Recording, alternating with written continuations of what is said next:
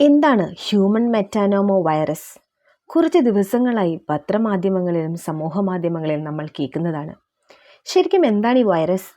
ശ്വാസകോശ അണുബാധയ്ക്ക് കാരണമാകുന്ന ഒരു വൈറസാണ് ഹ്യൂമൻ മെറ്റാനോമോ വൈറസ്. 2001 ആദ്യമായി തിരിച്ചറിഞ്ഞ ഇത് ന്യൂമോവിരിഡോ ഗണത്തിൽപ്പെട്ട വൈറസാണ്.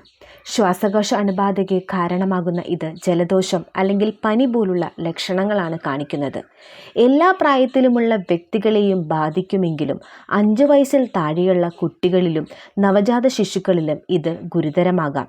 പ്രായമായവർ, പ്രതിരോധശേഷി കുറഞ്ഞവർ എന്നിവരെയും ഇത് കൂടുതലായി ബാധിക്കാം.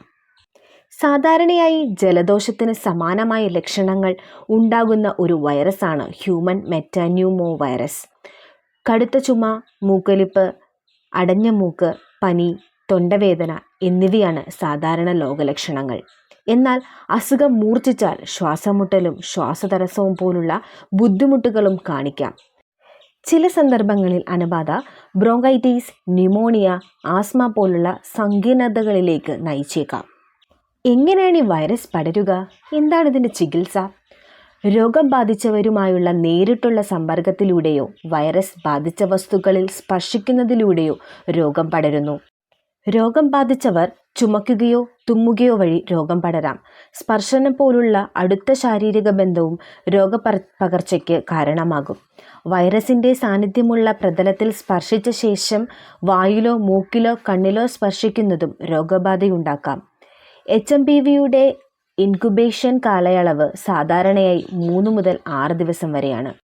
ഇത് ട്രോപ്പിക്കൽ പ്രദേശങ്ങളിൽ ശൈത്യകാലത്തിൻ്റെ അവസാനത്തിലും വസന്തകാലത്തും പ്രചരിക്കുന്നു. കുറഞ്ഞത് 20 സെക്കൻഡെങ്കിലും സോപ്പും വെള്ളവും ഉപയോഗിച്ച് കൈകൾ ഇടയ്ക്കിടെ കഴുകുക.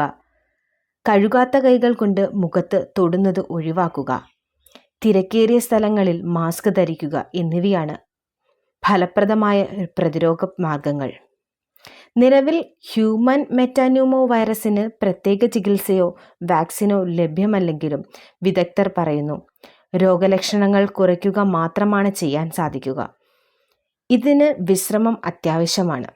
ഒപ്പം പനിയും ശ്വാസമുട്ടലും വേദനയും കുറയാനുള്ള മരുന്നുകൾ ഉപയോഗിക്കാം.